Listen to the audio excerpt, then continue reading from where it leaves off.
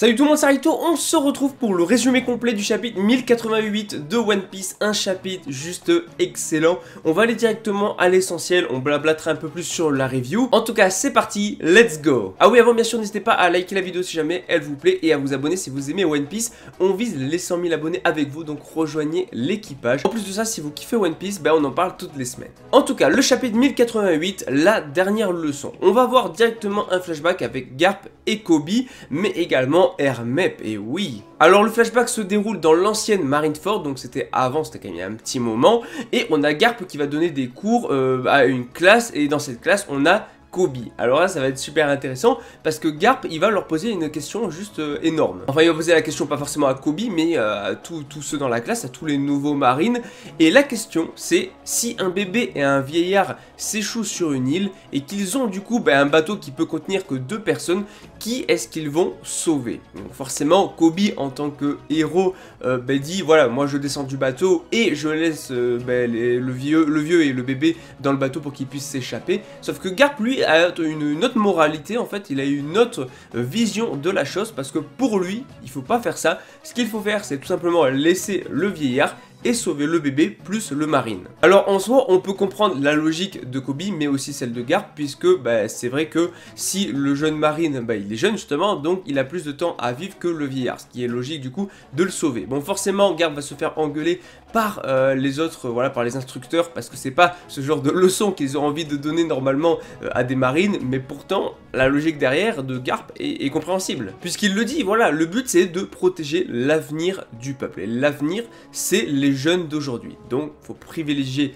les jeunes au vieillard, et ça inclut Garp aussi dedans, donc ça fait un gros parallèle avec finalement ce qui se passe actuellement. Ils doivent s'échapper en laissant Garp, mais on en parlera après. On va également avoir un autre flashback, c'est très intéressant parce qu'effectivement on savait pas trop qu'est-ce qui s'était passé, mais on a un flashback de Amazon Lily. Rappelez-vous, Barbe Noire avait tenté de récupérer le fruit du démon de Boa Hancock, du coup on avait eu tout l'incident, puis on avait appris juste derrière que Kobe avait été enlevé. On savait pas trop comment ça s'était déroulé, comment ça s'était passé. Maintenant on a un peu plus d'informations. Alors Barbe Noire a accepté de quitter Amazon Lily, mais en échange, voilà, il devait emmener avec lui 800 marines et un cuirassé, ce qui est, tu vois, quand même une belle armée pour lui. Mais Kobe a proposé autre chose, c'est-à-dire que Kobe, il intervient, il propose à Barbe Noire de le faire prisonnier à la place du coup des 800 marines, à la place de ses hommes.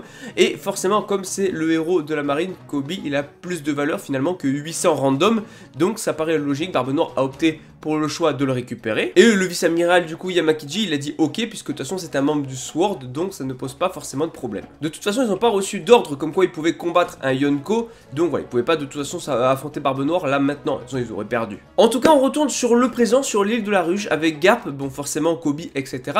Et ils sont très mal barrés. Donc déjà il y a la main géante qui va s'abattre, et la main géante va tuer des centaines de personnes, voilà, des centaines de vies qui vont être perdues, donc Garp va leur donner un dernier ordre, voilà, il va donner un ordre du coup aux membres du Sword, et chacun aura du coup son rôle dans tout ça pour justement essayer de sauver au maximum de gens en détruisant la main. Première chose, Garp lui va créer une ouverture, voilà, pour que eux puissent agir.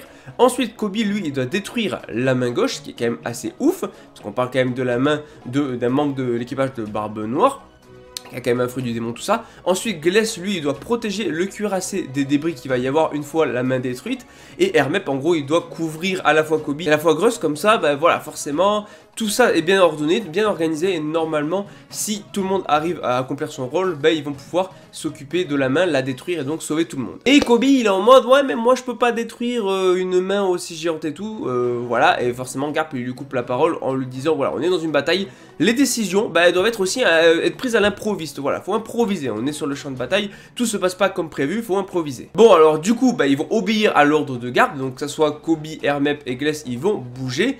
Et forcément les pirates de Barbe Noire vont se moquer d'eux, parce que pour eux c'est impensable qu'ils puissent détruire la main de Pizarro. Donc à partir de là, tout le monde va se moquer d'eux. Et on a même Gless qui va aussi se demander pourquoi est-ce que Garp a demandé à Kobe de détruire la main. Est-ce qu'il avait quelque chose, une arme secrète? Est-ce qu'il avait une bombe et tout? Non, il n'a rien de tout ça. Voilà, Kobe, il a juste lui, en fait. Voilà, il a rien de plus. Mais il va quand même essayer quelque chose, voilà, parce que de toute façon, il doit agir maintenant. Les pirates, du coup, vont leur tirer dessus. On a Hermep qui va bloquer une balle avec son épée. Après, il va disparaître dans une explosion. Voilà, on le revoit plus.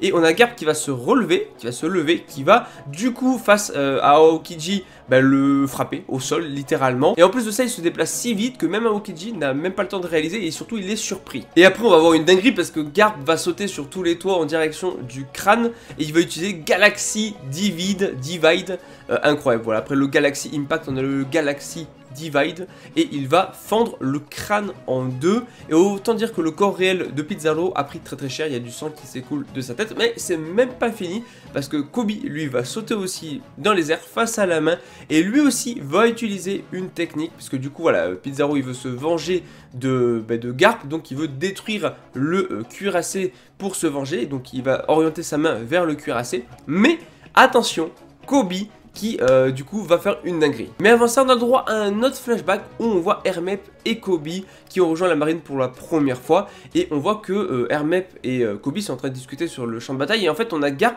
qui a remarqué que Kobe s'améliore très vite, mais en fait Kobe a un nombre anormal de blessures aux mains, aux épaules, c'est à dire que du coup il doit s'entraîner beaucoup plus que les autres parce que il n'a pas le corps, le physique, les aptitudes, en tout cas il a moins d'aptitudes qu'une personne normale. Donc pour compenser, il doit s'entraîner 100 à 200 fois plus dur que les autres. Et bah voilà, on le sait, Kobe s'est entraîné de fou. Et Hermep, il a même ajouté du coup le fait que Kobe s'est entraîné à taper dans le cuirassé tous les soirs. Ce qui explique du coup toutes les blessures aussi qu'il a.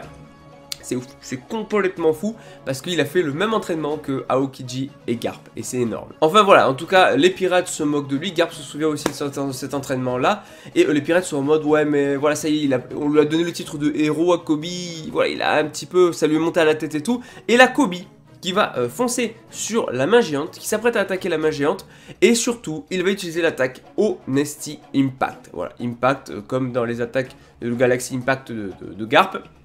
Pizarro va prendre tellement cher, et en fait Kobe va le frapper, il va détruire le bras dans une double page qui normalement sera épique et tout, on verra quand le chapitre sortira, c'est ce que disent du moins les spoilers du résumé complet, et on peut voir des éclairs noirs, mais a priori à cause de l'impact, donc c'est pas forcément du haki, hein, voilà, Kobe n'a pas forcément le haki, même si bien sûr peut-être qu'il l'aura plus tard, et on voit que Pizarro il va hurler de douleur, que ça y est, là, son vrai bras est en train de se briser, il a pris cher, Pizarro est hors de combat, et Garp lui va appeler tout le monde du coup sur le cuirassé avec un Dandenmochi, et il va leur dire de se barrer, il va leur dire éloignez-vous à toute vitesse, et on en revient du coup au vieillard et du coup aux marines ainsi que les prisonniers. En fait voilà, on en revient en fait à la situation, est-ce qu'il sauve le bébé ou le vieillard? Là en l'occurrence Kobe doit se sauver avec les prisonniers qui représentent le bébé, et donc là lui représente le jeune marine, et donc laisser le vieillard, à savoir Garp, parce que c'est celui qui a le moins de temps à vivre. Donc on en revient à ce parallèle là, et leur mission est accomplie puisque leur mission était de sauver Kobe, ils ont réussi à sauver Kobe.